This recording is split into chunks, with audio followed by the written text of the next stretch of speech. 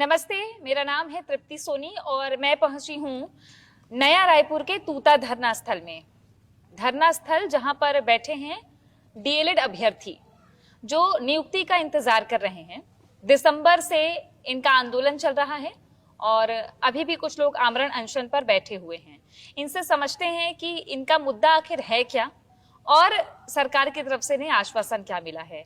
मैं कोशिश करूंगी कि हर तथ्य आए ताकि पता चले कि अगर कोई युवा नौकरी की तैयारी करते हैं तो उनको मंजिल कब मिलती, कैसे मिलती है और इसके बीच जितने हडल्स आ रहे हैं, जितनी बाधाएं आती हैं, उसकी मुख्य वजह क्या रहती है, ये समझने की कोशिश करेंगे। तो ये मेरे सामने जो ये फाइलों का एक पूरा गट्ठा लेकर बैठे हैं, ये अलग अलग आवेदन निवेदन हैं, हाईकोर्ट के भी कुछ ऑर्डर हैं, इनकी पिटीशंस हैं और इसके बाद अब नियुक्ति का इंतजार है। मैं आपसे बात करती हूँ, आपका नाम क्या है पहले बताइए। मेरा नाम कुलेश्वर प्रसाद राठौर है। मैडम, सबसे पहले तो आपका बहुत बहुत धन्यवाद जो हमारे मुद्दा को उठा रहे हैं आप। मैडम, ये 2023 में जो सहायक शिक्षक भर्ती निकला था उसका मैटर है। उस समय डीएलएड और बीएड दोनों को मान्य था सहायक शिक्षक में आवेदन करने का, तो दोनों डिग्री वाले आवेदन किए, एग्ज़ाम हुआ, रिजल्ट निकला। उसके बाद उसमें 4 बार काउंसलिंग हुई। 4 काउंसलिंग में डीएड और बीएड दोनों को मिला करके ज्वाइनिंग दिया गया। उसके बाद में सुप्रीम कोर्ट और हाई कोर्ट का आदेश आया कि प्राइमरी में बीएड वाले मान्य नहीं हैं, तो उसके बाद में जितने यदि बीएड वाले ज्वाइनिंग हुए हैं तो उसको बाहर किया जाए और बाहर करके उसके जगह में जो डीएड वाले हैं, डिप्लोमा वाले हैं, उनको ज्वाइनिंग दिया जा करके आदेश आया।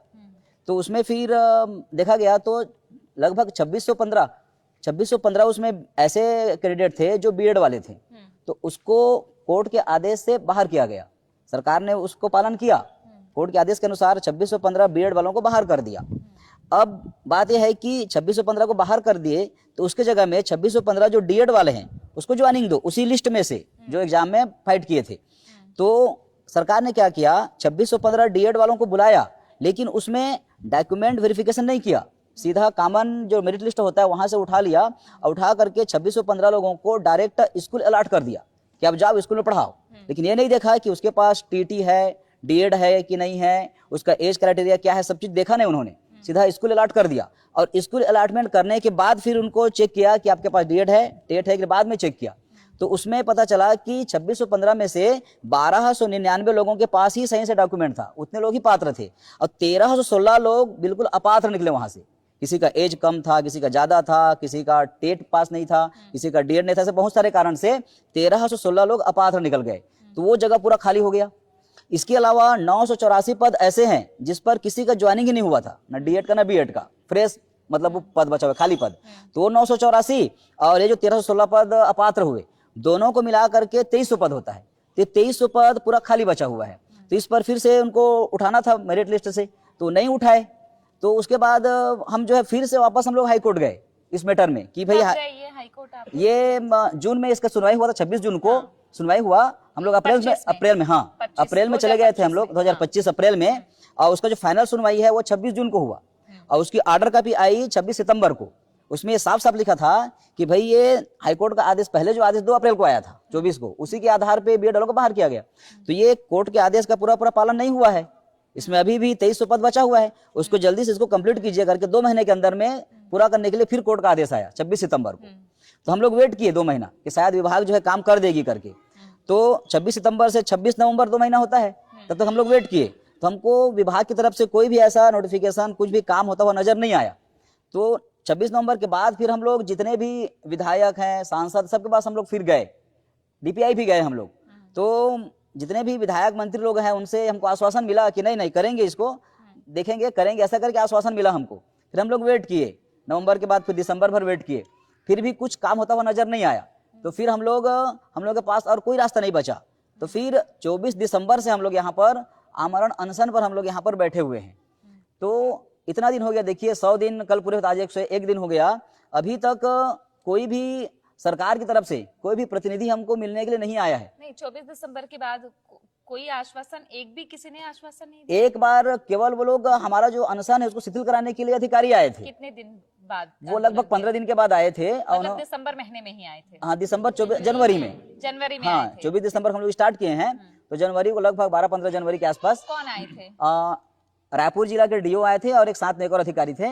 दो जने आए थे। उन्होंने यही कहा कि आप लोगों का जो फाइल है आगे बढ़ा दिया गया है, अब वो कैबिनेट में जाएगा, फिर सरकार विचार करेगी, फिर आप लोगों का काम होगा, अभी आप लोग अनशन को बंद कर दीजिए करके। तो हम लोगों ने कहा कि भाई आप आए हैं तो हम अनशन को बंद तो नहीं कर सकते, लेकिन हम शिथिल कर देते हैं, कुछ लोग अनशन में भी बैठेंगे करके।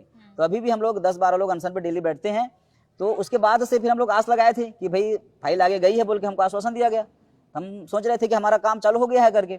फिर हम लोग वेट किए, फिर हम लोग गए तो कुछ नजर हमको नहीं आ रहा है ना, हमको साइट पर दिखाई नहीं दे रहा है, एजुकेशन पोर्टल के साइट पर कि हमारा काम हो रहा है, कुछ लिस्ट है या कोई भी नोटिफिकेशन एक बिल्कुल दिखाई नहीं दे रहा है। ये 2 महीने पहले तक की बात है जी, जनवरी आज तक की बात मैं कहूँ, अभी तक हमको दिखाई नहीं दिया है। मतलब जनवरी में आपको आश्वासन दिया कि हाँ। भाई आपकी फाइल आगे बढ़ी है, कैबिनेट में आने वाली है। जी, तो इसके बाद आपने क्या किया कि आंदोलन पे ही बैठे रहे या मंत्री नेता के पास गए आप? हम लोग सभी मंत्रियों के पास, नेताओं के पास कई बार मिल चुके हैं, और जाने से अभी भी वही जवाब मिलता है कि हाँ देखेंगे, आप लोगों का काम किनसे होगा। क्या जवाब मिला? किस मंत्री से क्या जवाब? जैसे अरुण साहू जी हैं, हाँ।